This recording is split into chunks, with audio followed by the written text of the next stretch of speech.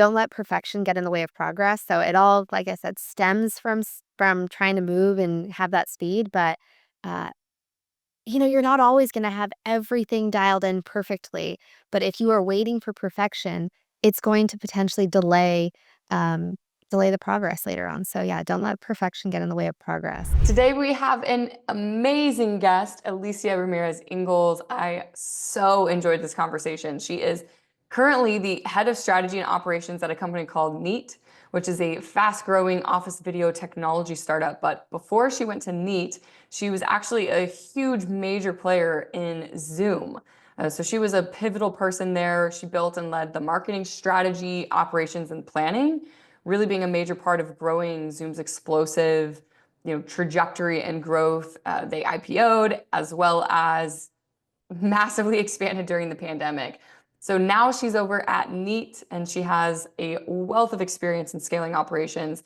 In this conversation, we talk about her coming into Neat. They had around 300 employees and what she did in that process. First coming in, being able to build trust, building the operations plan to hit really ambitious goals.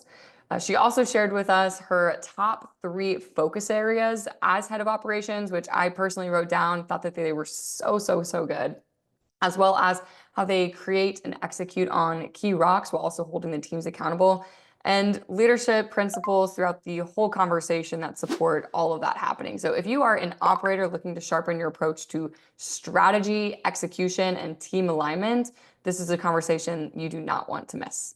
Let's go ahead and dive in. All right, amazing. Well, we are here with Alicia. Alicia is a team member at a company called Neat. So welcome to the show. Thank you. Thank you for having me. You are welcome. Yeah, I'm really excited for this conversation. You have quite the background and a lot of really amazing experiences, I'm sure, that you're going to share with us today. So why don't you just go ahead and give us a brief overview of who are you, where do you live, and what are you doing right now? Yeah, yeah. So, as you mentioned, I'm Alicia. I'm in San Jose, California. I'm actually born and raised here. Had the opportunity of being raised by someone who started out in tech early on at IBM years ago. So I lived walking distance to that big campus, and it's just being in the Silicon Valley is in my blood. And working hard, it's what my family does. So I actually started in video collaboration at Zoom about 10 years ago. And likewise to our fearless leader now at me, I also started as an intern, which is part of my my amazing story that I'm super proud of. But when I first started at Zoom, I was an intern on the marketing team and I worked hard. I really just wanted to lean in and understand what gaps there were in the organization. And ultimately, what I quickly learned about myself is I wanted a full-time role there. I wasn't sure about it at first, but as soon as I got in, I took a step back and said, what are the gaps that the team has today and how can I really go and fill those? And that was probably something that fuels me into everything that I do today because that still carries through. I'm constantly taking a step back and going, what gaps are needed and how can either I soft skills fill that goal or fill that gap, excuse me, or go learn the skill and fill it myself. So it's really part of who I am. But over at Zoom, I had the opportunity to really end up owning marketing operations and analytics and budget management, being that FP&A liaison. I even moonlighted a little bit in the facility side of things, and you name it, I was trying to fill it in. And it's really the foundation of mine and our CEO Janine Pelosi's relationship. It's the foundation of everything that we have there. We were able to gain a high level of trust with one another, have really strong understandings of each other's working styles and our strengths. And we have a very strong track record. We had about 8 years of overlap there. And, as she joined Neat and took on this challenge, she approached me with the role. And I mean, it's one of those things where you learn about the innovation of Neat, or you learn about what it is that uh, has really made everything so successful, the passion, the pioneering engineer behind all of the innovation here. And then, take that in its own place. It's a super exciting opportunity and pair it with the opportunity to work with Janine again and having been offered a seat at the table. As you can imagine, that was one that I very quickly jumped on and was happy to lean into. Mm, that's so cool. It sounds like you guys worked really closely together so you understand, core values and how you think and how you operate together, Yeah. which I'm sure breeds like a lot of trust and certainty when you're making it must have been like a pretty big decision if you'd been there for 10 years, you said? Yeah, I was at Zoom for about 8 years. I had taken a small career break, and I was planning on, just taking it easy, and we had done a lot, and it was okay to breathe, but, when opportunity strikes, you can't I know myself well enough. I looked over at my husband, and he said, "I know what you're doing." I was like, "Oh, I'm taking it." So it was Amazing. a decision. That opportunity that you speak of, what was that for you? What stood out? I would really say it was the opportunity to work with the team again. So don't get me wrong, I knew of Neat, I knew of the product, obviously having a lot of interface with that at my previous role, but working with Janine, working with some of the other leaders and understanding what the leadership team was and really how operationalizing a lot of what was going on here would really help bolster Neat into its next phase. The challenge of that was really, what sold me. I could almost immediately see, I was like, "If I did this and this and this," and I know nothing about the company yet, I could see how we could, just skyrocket. So, Mm, it's that goal-oriented, high-achieving person in me that couldn't turn it down. yeah, amazing. And for anyone who doesn't know about Neat, can you give us a brief overview? What does the company do? Absolutely, yeah. So Neat creates beautifully simple video conferencing devices. So we're able to kind of pull in this revolutionating meeting experience and really promote that true meeting equity for someone that's sitting remotely in your office or someone that's sitting in an office, remotely in a home office or in an office experience, in that hybrid world that we have. Okay, great. And is the client avatar, are you guys going after more of the businesses that provide this, or is it just for anybody can go and buy? Is it a device or is it Is, yes, video conferencing devices. So hardware devices, primarily sold for B2B, but, can also be used for your own personal use in day to day. okay, beautiful. So I'm curious, the jump from Zoom to Neat with would you guys say that you guys are competitors in any way, or is it actually do you guys have any collaborations, or what has that experience been kind of being in the same market, I would imagine, but it's different? Yeah, it's slightly different. It's really the same industry, and we are partners. So actually partnering very closely with Zoom, partnering very closely with Microsoft Teams. It is core in what we do. So you actually have to have one of those platforms in order to be able to really use our devices. So we work incredibly closely together, and it's part of our core ethos. Awesome. Okay. And this is kind of going back to the very beginning of your journey, but we have a really wide range of people that listen to the podcast. So really early in their journey that are just learning, and then those that are pretty established and growing really rapidly fast companies. For the person though that's early on in their journey, Yeah. I'm gonna kinda ask this on both sides. One, what is the advice you have for someone that's maybe an intern or just starting their career in ops? What should Yeah. they be thinking about to set themselves up for success? We'll start there, and then I'll ask you the flip side of it. Yeah, of course. I mean, I honestly think the biggest thing that I can give advice on is to just be willing to learn and dive in what's needed. So don't be afraid if you've never done something before because 9 times out of 10 if you're an intern, you've never done it before. So, roll up your sleeves and work hard and make a good first impression. I think it goes a long way. Even if, you don't get it spot on the first time, that's okay. Learn from it, learn from your peers. I learned so much from the just talented team that we had. We were a small team of 9 people when I first started, on that marketing team, and having the opportunity to sit next to all of these different individuals, understand their backgrounds, understand what got them into the positions that they had, um, and lean in and learn and try to just see where I could help. So don't shy away from any of that because it can go a long way. Mm. Where did that curiosity come from?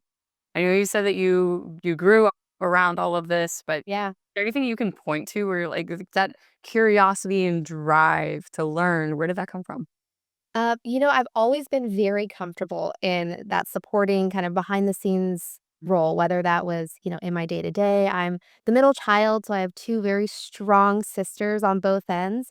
And, I helped facilitate in the background. I'd make sure that everything was going on. But I also always was very observant. I knew what was going on. I had an opportunity. I always use this example. Anytime we were driving somewhere, I asked my parents where we were going and what freeways we were taking. And I wanted to understand how we were going to get there. And I'd stay awake the entire drive. My sisters would be passed out, even if it was 8 years old. This is what I did. And my dad would always ask me, "Why is it that you're asking this?" I'm like, "Oh, I wanna know where I'm going, and I wanna know how to get there, so if we need to go back, I can do it again." And so I think it was just something that was always in me, and, I can point to a lot of different examples in my life, but that's probably a simple one. Cool. Oh, thanks for sharing. So the flip side of that question is, Yeah. what was it that you were seeing or experiencing that made you want to work there full time? So for the business owner that's trying to bring in top level talent and they're trying to create the magnet. Like Cameron talks about it being kind of like the decoys on the pond. Like what are your decoys on the pond that attract, the right types of well, it's kind of animals is a weird way to say it, but to the pond, yeah, she has a way better way of describing this than I'm doing. Um, but what is it that those attractive pieces, what was that for you, and how can business owners create that in their teams so they Yeah. can attract top level talent? Yeah, absolutely. I think it goes back to the leadership team, it really does. Obviously, having an interesting product is helpful, but it doesn't have to be that. If you have a leadership team that is willing to give you the opportunity to try something, to make a mistake, and to learn from it, it one gives you that level of comfort that you kind of need early on, and you need to be able to build up that confidence. But if you don't have that safe space to do it, then it's not as fruitful for everybody. So I'd say that was present for me, but that's also what we really try to implement here at Meet is making sure that our leadership team stays accessible so they can have that opportunity to say, "Hey, is there a gap? Is there an opportunity that you're seeing?" And make sure that people can go out and do it. Or if they want to try something, if they say, "Hey, this is a proposed solution. We don't know if it's going to work, but we really want to try it." Give them the opportunity to try. If you fail, fail fast, learn, grow from it, and then let's continue to move because speed is absolutely one of our superpowers. So finding that right opportunity and balance, but it's really stemming from the right leadership to do it.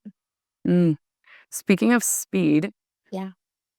I'm sure it sounds like multiple experiences of rapid growth. What are the systems or the leadership principles that either you or you teach your team in order to allow your current team members to stay on that same growth rate, right? Like, how do you make sure people don't get left behind? Yeah. No, it's great. Um, As opposite as it sounds to some people, actually creating a little bit of structure helps everybody go a little bit faster. So, one of the key things that we continuously try to do is do a lot of that upfront work in creating templates and creating um, accountability and progress updates. So, almost having not a full fledged project plan. I won't say that's for everything, but having something like a QBR or having key strategic pillars from the leadership team down. It sounds quite silly to say, okay, why do we have to do all this when we can really just go and execute our jobs? Well, you bring it all back, you have some structure, and then you're able to really make it make sense for the rest of the organization. So when you have something that everybody knows that they're working towards, it's a little bit more tangible than we all just want to succeed. We want to hit the revenue target. That's great. But if you're sitting in finance and you don't necessarily bring in the deals on a day to day basis, you want to know how you're going to be supporting those next levels and having some of those strategic pillars, and then going back and providing progress updates on them, whether that's on a monthly or quarterly basis, and really reviewing how did we do? Did we do well at those? Do we need to pivot? Are they actually helping us achieve our business outcomes? That's what I find to be pretty helpful. Okay, great. When you said QBR, can you tell Mm-hmm. us what does that stand for? Yeah, it's our quarterly business reviews. So we myself, Janine, we feel very confident in them, though I know they are a tedious task for most people. But going back and really saying what was it that your team is trying to accomplish? How are we going to be breaking down some of those tactical strategies that you want to be able to check off the list? And they're huge in helping us move forward. But then lastly, and most importantly in my mind, is what's that measure of accountability that we can really have to know that we did it? Did we actually grow the revenue? Did we actually launch a product? Did we do anything kind of specifically that we said we wanted to do? Because then it helps us kind of reset our expectations as well. And I think expectation setting at any stage of a company is huge. And if you don't have that, then things get lost, and absolutely people get left behind, and products get left behind, and ideas get left behind. So um, having that accountability metric, I think, is really important. The accountability metrics that you guys have, what's the format? It sounds like you guys have some monthly meetings maybe. Do you guys do weekly, daily updates? Like, how do you keep the team in sync on all of these different KPIs you guys are tracking? Yeah, so I mean, it's gonna vary from various levels, but if we're talking about the leadership team, we're looking at that on usually a quarterly basis of the full plan. But every single week we have our staff meeting, and every single week we're looking through what are some of the core KPIs that we have, whether that's the top level of revenue, but are we actually delivering a feature that we said we wanted to at the right time, and are we meeting the expectations that we previously set? And that starts with me a lot of the time saying, "Hey, if this was the overall plan and this is the timeline that we have, how can I make sure that we're holding the teams accountable, bringing those conversations to the table when appropriate?" And keeping our finger on the pulse. But going to the bigger, broader side of it, we have monthly all hands where we're consistently reading back to the team, "Hey, we shared with you at the beginning of the year, this is what our business plan and this is what our key objectives are across all departments." And so on a monthly basis, we're consistently trying to give status updates and give them, make them feel like they're part of the journey and say, "Okay, cool. Like we know that either our contributions are making an impact in that, or that side of the house is doing what they need to do as well." So everybody's moving along. And we feel like it's very helpful to make sure that we have that level of transparency and context shared back with the team. Mhm. I'm curious, how often does it happen where you're going on maybe like a monthly review, everyone's on there, and maybe there's something that didn't get hit?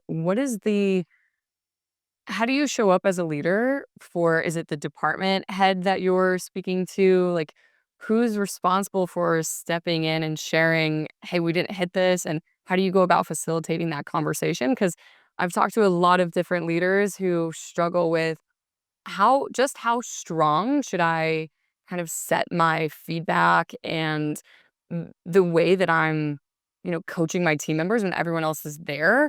You don't wanna embarrass anybody, and at the same time, you wanna set the standard. So, what's your Yeah. kind of philosophy on handling those conversations?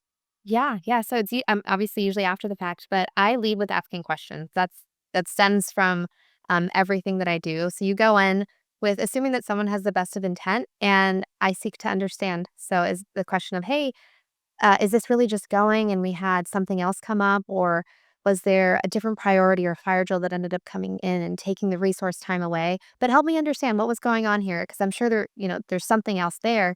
And 100% of the time, they're like, "Yeah, this project ended up taking us 5 times longer than we thought, but the beauty is we are gonna be able to excel so much faster." Like, "Okay, cool. It was just a little bit of a trade-off, but let's make sure that we're communicating that a little earlier on so we don't have the end of the month, kind of struggle and quick."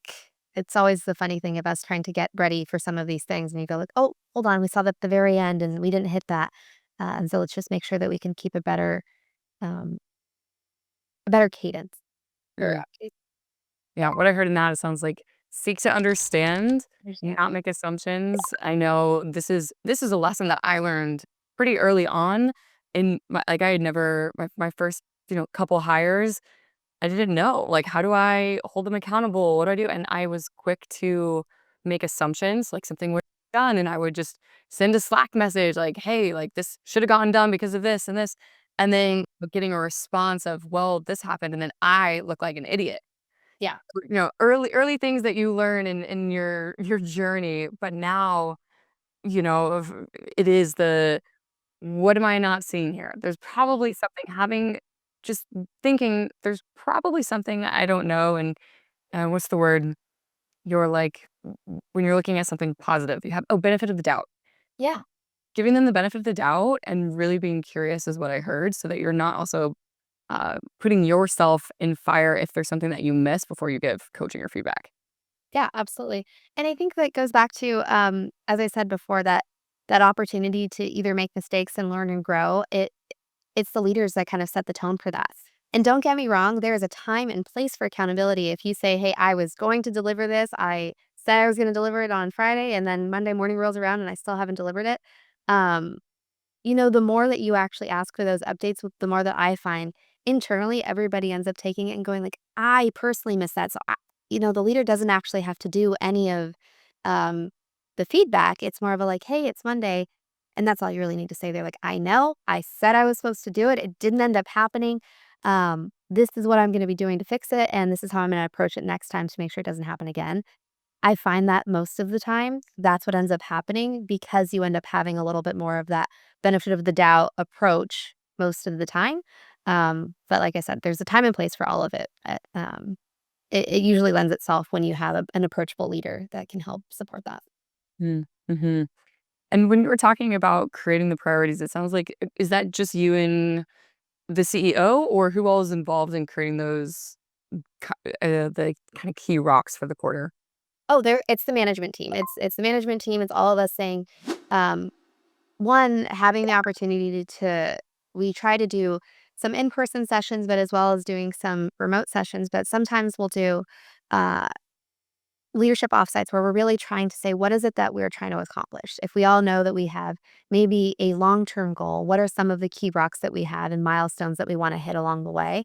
And what do we think that we need to get there? And so we bring together all our departments where possible, whether that's R&D and product and thinking through sales and marketing and customer support and what are the different components that maybe we're not thinking of or not everybody's going to have every point of view on because that's obviously we're not gonna all be the jack of every trade, but, you bring the right people to the table and say, obviously, this is our goal, our end goal. What is it that we are or the big milestone goal? What are the rocks that we're looking for along the way, and how do we think that we need to do that?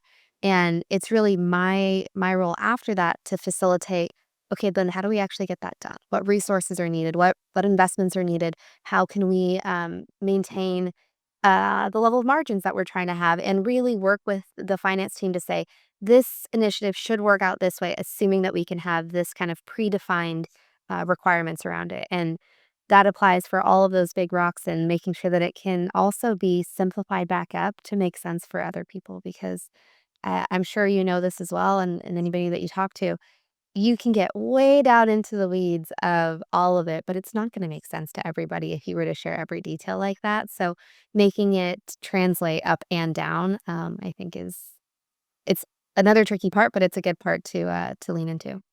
Yeah. It sounds like you're overviewing quite a few different projects and departments Mhm. yourself. Yeah. How do you I imagine in the space that you're in, there's probably a lot of roles and things happening that you don't have super your skills or knowledge or understanding is not near as much as maybe the team member that you hired for that particular thing. Yeah. Yeah.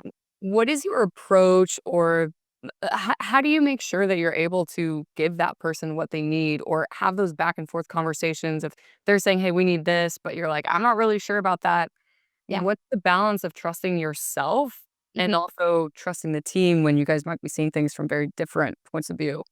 Yeah, that's a great question. I think it's a little bit of trial and error, honestly, but I lean in with trust first. There's no assumption that I'm gonna make off the bat. So you sit there and you go, this is what I know in my background. What's the background that you have? Okay, do we think that this is a good level of compromise that we could be making and that we both feel confident in? And if we do, then okay, let's go ahead and move forward with it. And until proven otherwise, then we can kind of move with that motion. But starting with you were hired for a reason. This is the skill set. This is the chops that you have. Let's make sure that we can um, assess those and make sure that you have the opportunity to be set up for success here.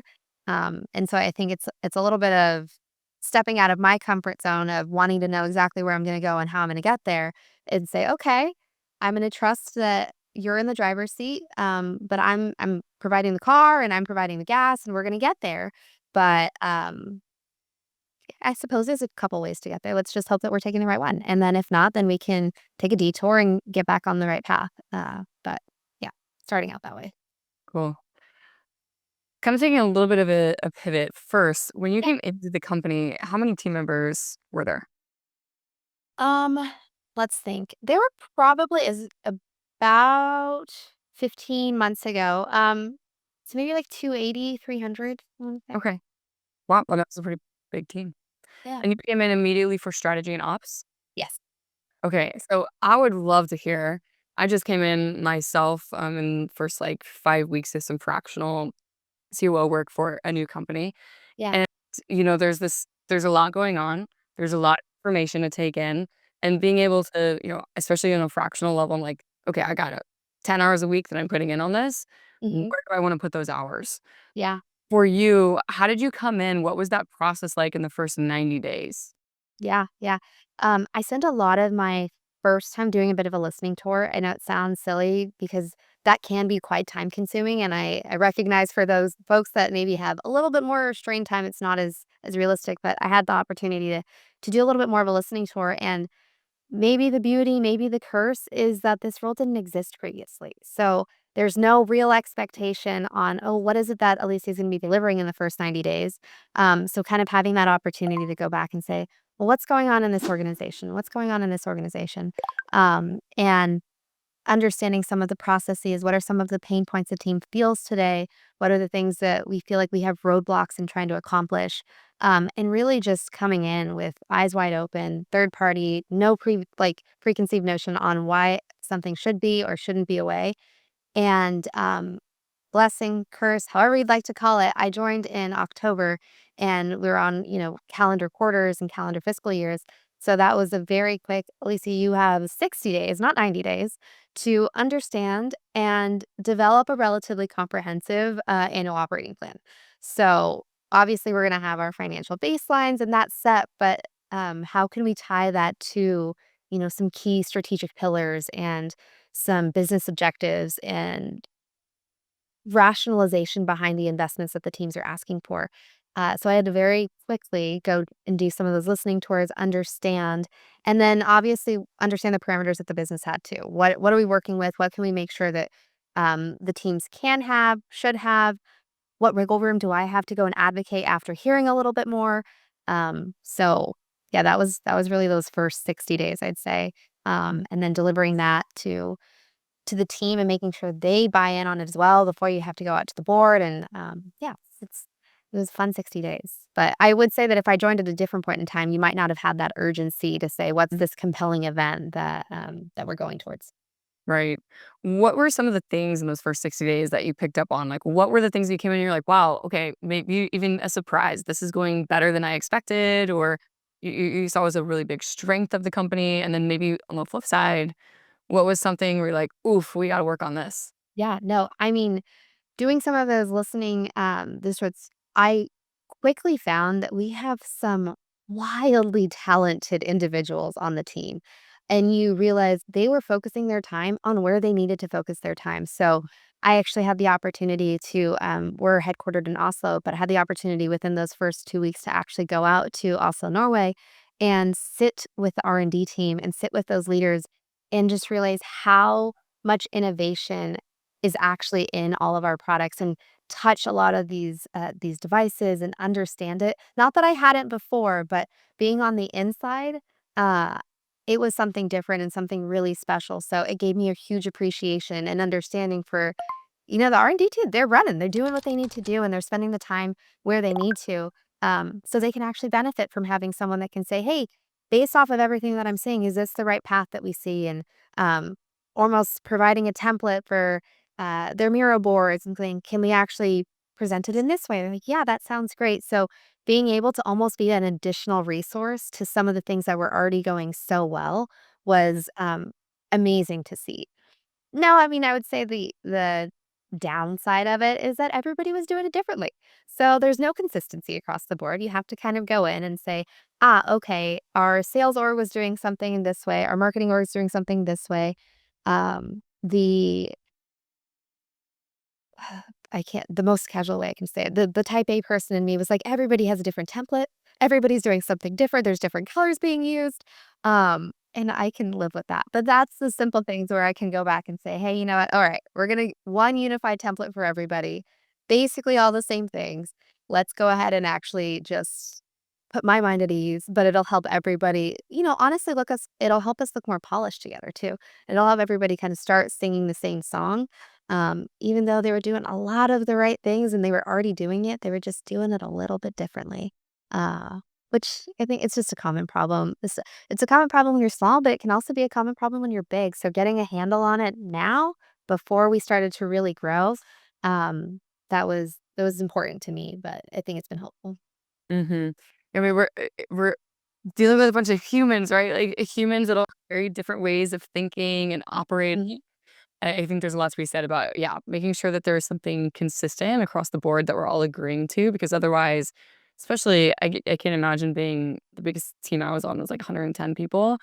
Man, the amount of cross communications, like you got 2 people, your communication's like this, but when you've got hundreds, I can only imagine the chaos that can happen in communication and different ways of operating. So Yeah, yeah.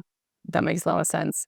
No, one of the things I would love to hear is it sounds like you've been able to get really close to a lot of A players, amazing at what they do. Have there been any peak points where you experienced self-doubt or imposter syndrome in this experience? Yeah. I mean, all day, every day. And I mean, I joke that I have lots of friends that sit there and ask even consistently, like, "Lacey, how do you do it?" And the joke in me goes, "Oh, well, just fake it till you make it." But, at the same time, I do lean in, and what I try to do a lot of the times, though I'm gonna be a little bit unsure, like, "Oh, man, okay, how can I make sure that I'm gonna be contributing to something or that I can actually help here?"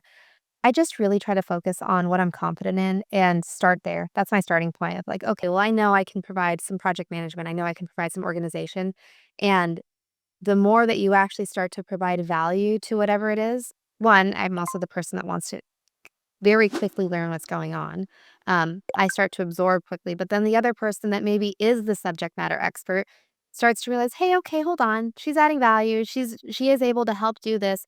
And so if you really focus on adding value, the imposter syndrome kind of goes away because you say, I'm not going to be the leader of this. I'm not going to be the subject matter expert, but I'm going to help add value.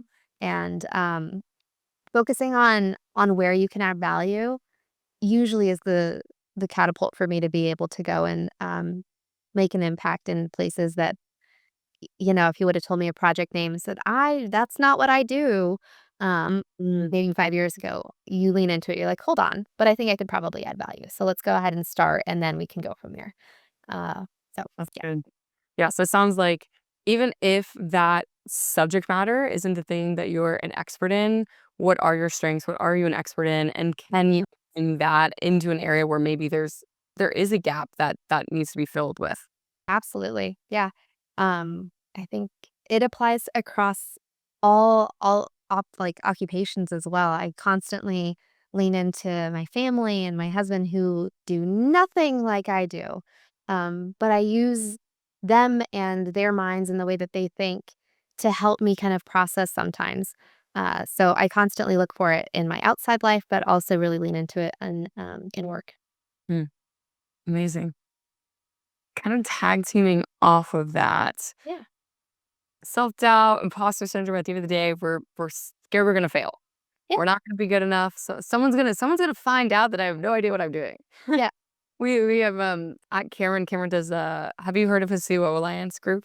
Yeah. I have. Yeah. Okay, cool. So I was in COO Alliance, and then I've been to a few of the COO Alliance events, and at the beginning, he'll ask everyone, if you currently or have ever felt like an imposter in your position, raise your hand. Yeah. And, seeing everybody, even the people with the biggest companies that you're looking up to in the group, Mhm. everyone's experiencing the same thing. So there's a lot to be said about the fake it till you make it. Just if everyone's gonna experience that, it's gonna be the people who actually still move forward and are not afraid to try things. One of the things that I saw, either you write or maybe it's a company value of yours, around the lines of, I wrote it down here as a note, a fail fast mindset. Mhm. To hear a little bit of an expansion on what does that mean? How do you think Yeah. that? And then is there a time that you did move forward with something and it didn't work out, but it ultimately led you to a breakthrough? Yeah, yeah, no, I mean, failing fast, it's one of those things where, it all stems from speed. So you sit there and you go like, "If I don't know how to approach something, and there's a few different ways that I can take, I'm gonna pick one that feels the best in the moment, and hey, if it turns out that it's not the right one, that's okay. Let's go ahead and take a step back, understand why it didn't work, and then how can we actually go and approach it differently moving forward? But still keep moving forward. Learn from it and don't let it be the like, oh, well, I'm gonna just let that die on the vine because it didn't work. Um, I mean, the simplest example I can use is previously when looking at the website and e-commerce, you sit there and you go, like, okay, cool. We're going to test if we were to um, change all of our CTAs. We're going to change every CTA on here and we're just going to say buy now. What's it going to do for everybody? And you're like, oh God, that doesn't feel like we can try it. We test and fail is really the best way to try it. So we try some of it and you iterate and you learn. You're like, some people don't want to buy now. Some people really want to learn. They want to be able to demo something. They want to have the opportunity to feel like they're going along the journey with you and they're not already done to making their decision. But that's like kind of the easiest example I can give in that is you go like, "Okay, cool, we're gonna do a small test." Maybe it's a pilot group, maybe it's a cohort of the audience that you have. So you do it with some parameters and some safety measures as well. But you learn from it and then you say, "Okay, hold on, let's go ahead and pivot. Let's try it again here and let's do something where we're continuously moving forward, but also getting learnings and baselines for everything else moving forward." Um, that's yeah, it's really important to be able to kind of have that speed and be able to have the agility and trust of the team to test. But communicating that you're doing those things is also important. Mhm. Yeah, for sure.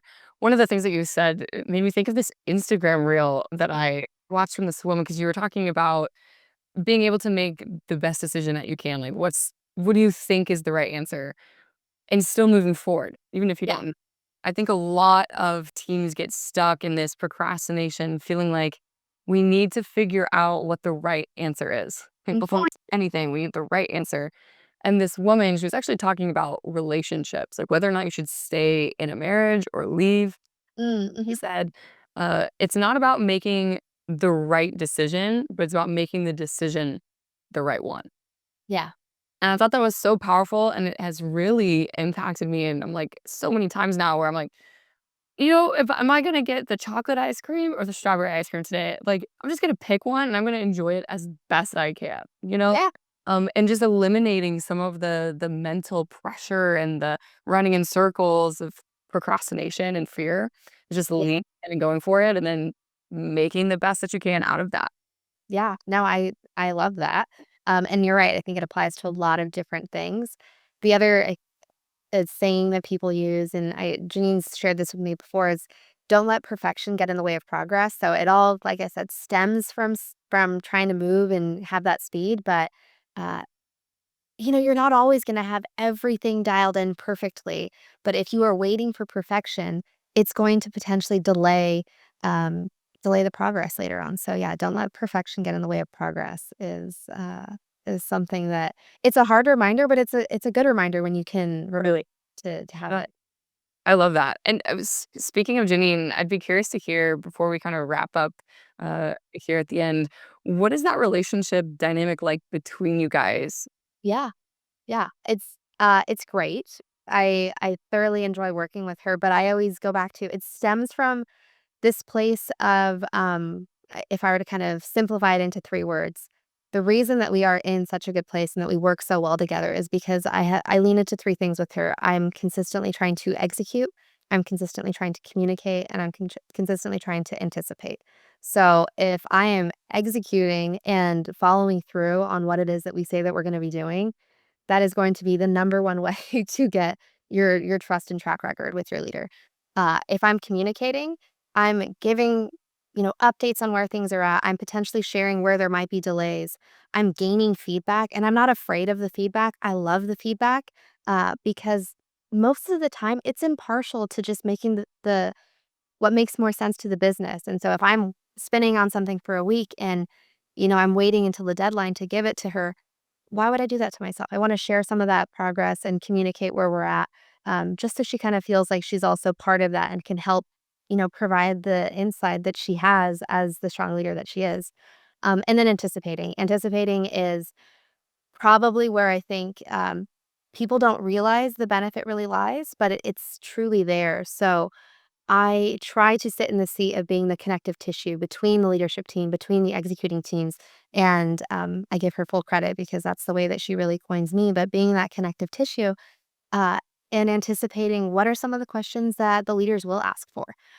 If you are pulling together, whether it's a sales planning meeting or if it's a marketing budget review, but for the example of a sales planning meeting, if you're sitting there and going, "Oh, okay, well, this is what we're recommending for productivity," and I ask the question, "Okay, well, why? Why are we expecting this for this growth?"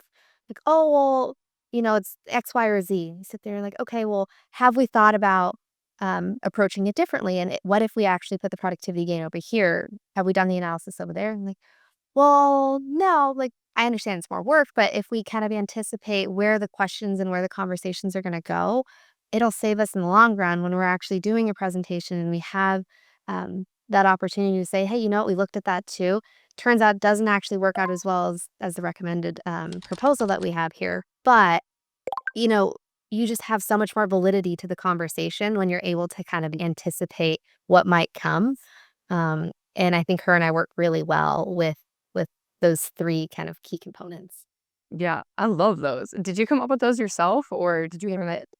I d Those are great. I wrote those down. I'm like, these would be amazing to even put on the scorecard. Like if you were hiring a COO or someone for a role like this, like, hey, here are the 3 things. Like at the end of the day, I'm looking for you to, get things done. execute and anticipate. Yeah, let me know what's happening and look out for the things that I'm not seeing. Especially the CEO, you're so busy building the vision and moving forward that anticipating, and that's like you said, the support role, making sure if we're moving forward with all of these pieces, Yeah, we're catching all of them. And what are the things that are going to be falling that I'm going to need yeah, to prepare for to catch?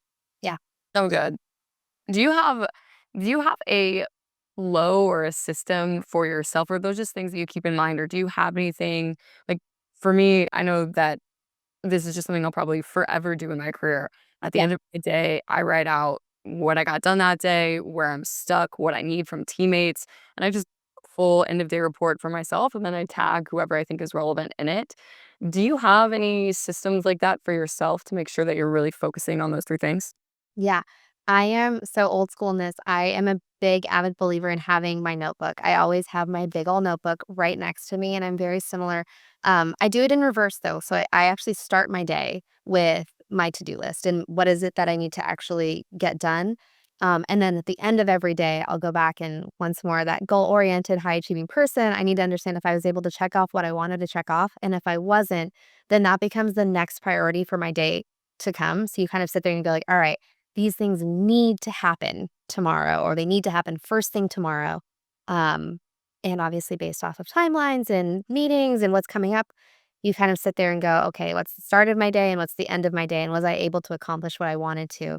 Um, and if not, then sometimes I sit there and go like, you're not going to sleep well at night unless you do this one other thing. So go ahead and finish that one other thing. Right. And then you can go enjoy your evening as you wish. Yeah. But my notebook is Those are no leader. Yeah. Closing the loop, I feel like even just a physical notebook, uh, writing things down. I always have my Kindle with me because I can have a million things in my head and I will take it to bed with me, I will sleep Mhm. with my a thousand loops that are in my head, but if I at least just write them down Yep. and I have some sort of plan, for me, I find that, yeah, planning tomorrow today, at the end of my day, because when I first wake up, I feel like I'm a little bit more reactive. It's a Yeah. little harder for me to pick my priorities, but if I write everything down in the day, plan the next day, it's so nice going into my day being like, I know exactly what I'm doing, where my Yeah. time is getting focused. Yeah, I'm just clearing that space so you can kind of disconnect from work, just a bit. As high achievers, we like to bring it with us everywhere. Yeah, it doesn't turn off, but at least you can mute it a little bit. Yeah, I did it a little bit. Yes, I love that. Okay, well, beautiful. This has been absolutely amazing. I would love to just tie off this conversation with what is next for NEAT? What's next for you? What are you most excited about? Yeah, so I mean, I'd say next for me is we're really focused on the future of work and how can our offices meet the new expectations of the hybrid world and everything coming out. So with employees returning to offices they're going to be expecting spaces that can be as comfortable as them being in their home office, and what are the things that they're used to having there, and how can we make those meetings and experiences as equitable as possible. So really focusing on trying to solve a lot of the industry needs right now. So I'd say that's a huge focus for NEAT. For us, we are just chugging along. We've got a lot of really fun goals and ambitions that we're trying to achieve. And so I try to sit there and take a step back and recognize the moments that we're going to have in person with our teams, and then be able to go back and have, good virtual meetings, but whether that's customer advisory boards or opening up new offices, those are some of the things that we're really looking forward to. And I'm excited to be a part of it. Amazing. And if anyone wants to get in contact with you, where can they do that? Go ahead and find me on LinkedIn, and then likewise, always come out to neat.no, and we can help get connected there. Amazing. Well, awesome. Thank you so much for your time. Really appreciate it. All right, thank you so much. Bye. Bye.